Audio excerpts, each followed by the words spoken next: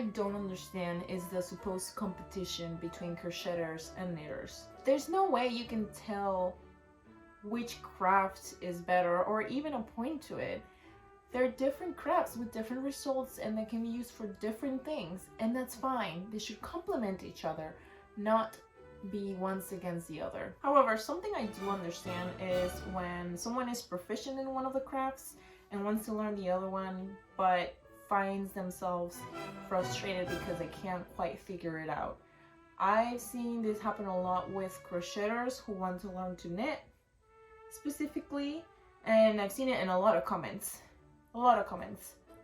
And while learning both, I realized that, of course, as fiber crafts, there are things that translate from one to the other that can help you actually learn the other craft.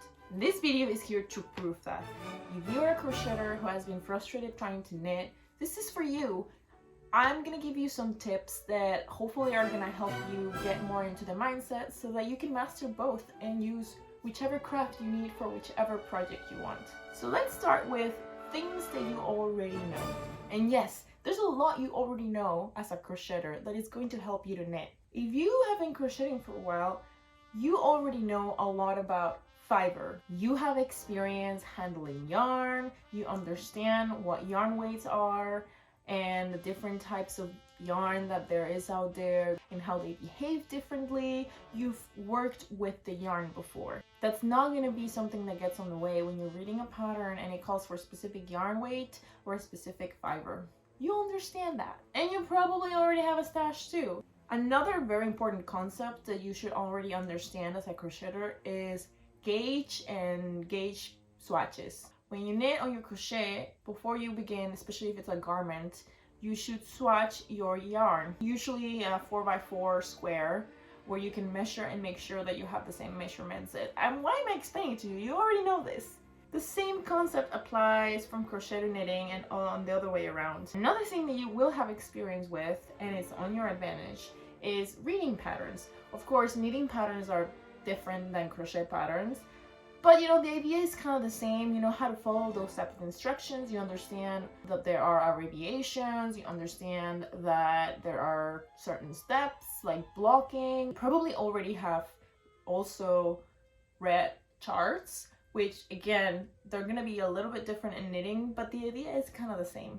So you have all these advantages already. There's all this knowledge that can be transferred from one craft to the other. So feel good about that. Now, with all of that in mind, of course, let's talk about what are the things that you might be struggling with when you're trying to learn how to knit. So you probably already understand how tension works and how your work should be looking, but if you're still a beginner in knitting, chances are that, like every beginner, you are having a little bit of a hard time at the beginning with the tension.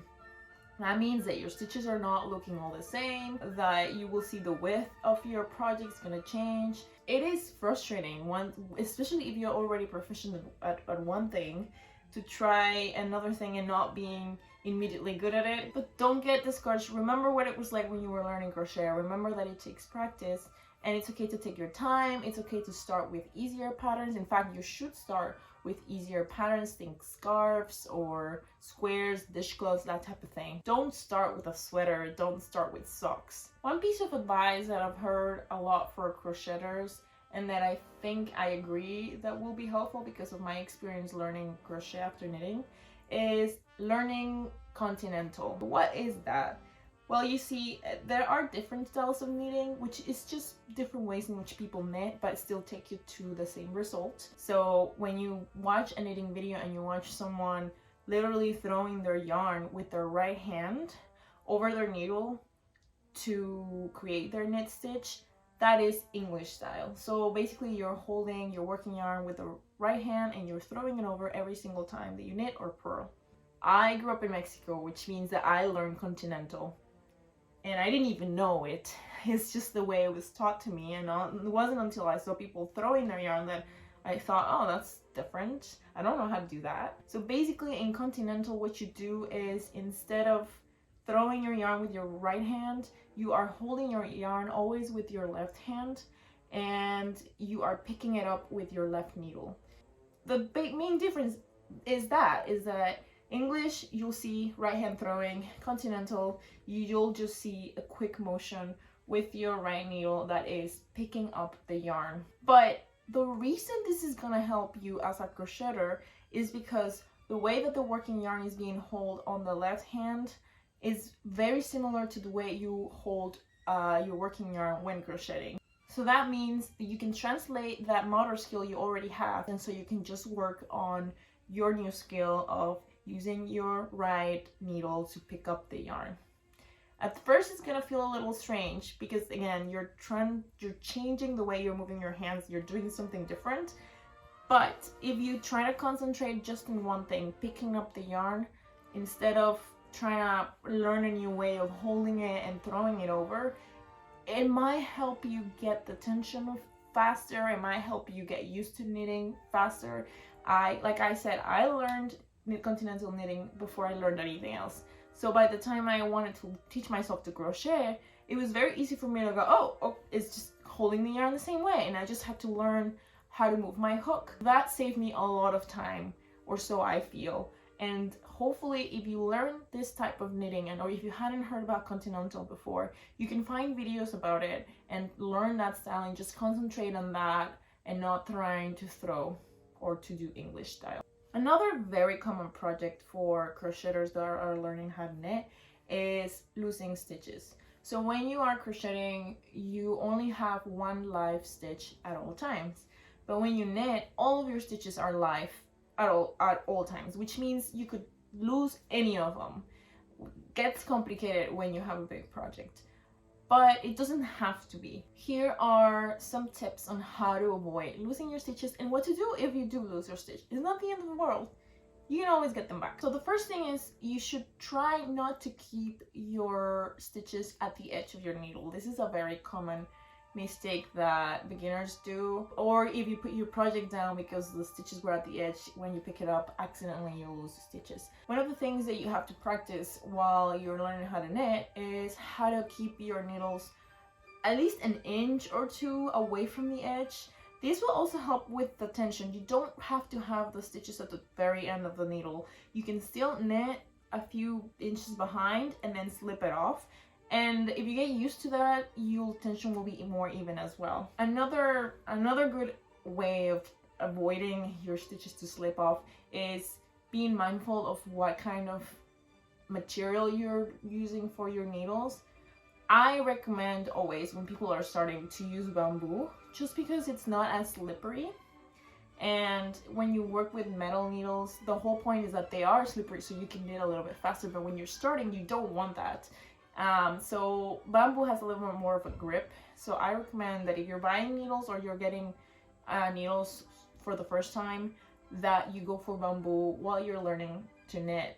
Another thing is, like, when people think of knitting, they always think of those very long needles. I honestly don't know a lot of people that use those. There are some people, but me and a lot of my friends and a lot of knitters that I know work a lot with circular needles. And I usually, recommend beginners to buy circular needles from the get-go, even if you're not going to use them circular, just so that you get used to using them, because they are so much more comfier and they're going to be less awkward, and you're less likely to lose your stitches because you can always pull them back onto the cable and when you're putting it away.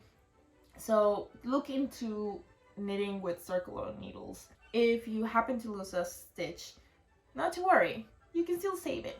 If you're working on a row and you notice that you lose a stitch a few stitches back in that same row, all you have to do is go back by picking up your old stitches and undoing the new ones carefully, putting them back in your left needle, and then picking that needle up and putting it back on your needle. You can even use the crochet hook to pick up that needle and make sure you don't lose it. That is all you have to do, and just continue knitting. But if you lost a stitch and you've already gone a few rows after it, and then you just noticed, which happens a lot, and you don't want to undo your work, that's fine. You can still pick it up. Usually a good way of doing that is by using another set of needles and picking up that stitch and knitting it using the yarn that is in between the two stitches where it should be, until you get to the row that you are. Of course, once your project gets more complicated, picking it up gets more complicated, but as a beginner, you should be checking your work pretty often to make sure that you haven't lost any stitches. One more thing that you have to get used to is reading your knitting, which basically just means looking at your work and being able to know what the stitch that you did before was. And again, this is something that you should understand from crochet. Like, you can tell that the previous row was double crochet, for example. Same thing, you can tell that you're purling or you're knitting, or that you did a decrease or whatever. So that is something that just takes practice and looking at your knitting and making sure you understand how many rows you've done. It's just a matter of looking at your knitting constantly and taking the time to see it and understand what's going on. With all of that said, if you're a crocheter trying to knit, more than anything, I would say don't give up. You're learning a new skill, and any new skill is good. I think knowing how to crochet and knit makes you just double powerful. You can make twice as many projects. You can even combine them. Do a crochet border on a knit blanket, or you can have a garment that combines both of them. Like, it's just, the sky's the limit. So be patient with yourself. You're not going to be able to be as fast as you are with crochet. In general, knitting is a little bit slower just because of the movements that it takes and the way it's done. But that's okay. They are for different things, and if you really want to learn, I really think you should stick to it and keep trying. Hopefully all of these tips help you get into the right mindset. Maybe you learned something that you didn't know before, and that you can feel more confident trying to knit the next time. Let's just get rid of that idea that one craft is better than the other, or that if you crochet you can't knit. Any of that stuff, it's just not necessary. And everyone that says those things usually is just trying to keep other people down. And I think this community should be about lifting each other up, and every different craft is valid, and learning new skills is valid. So just keep practicing. I hope this video was helpful and that you feel more confident in your knitting. If you have other questions, or if you have more suggestions on how to knit as a crocheter or how to crochet as a knitter, please leave them in the comments. Thank you so much for watching, and happy knitting and happy crocheting.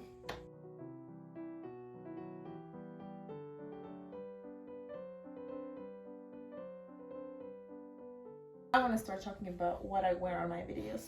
Today I'm wearing a 1950s vintage dress that I thrifted of my friend H. Warm Crafts, who is a great crocheter, by the way. She just crocheted her wedding dress. You should see it. So give her a follow if you can. And yeah, I'm gonna be wearing such a perfect dress for the winter. I'm gonna be wearing it so often, and I wanted to wear it for this video. So yeah, what do you think?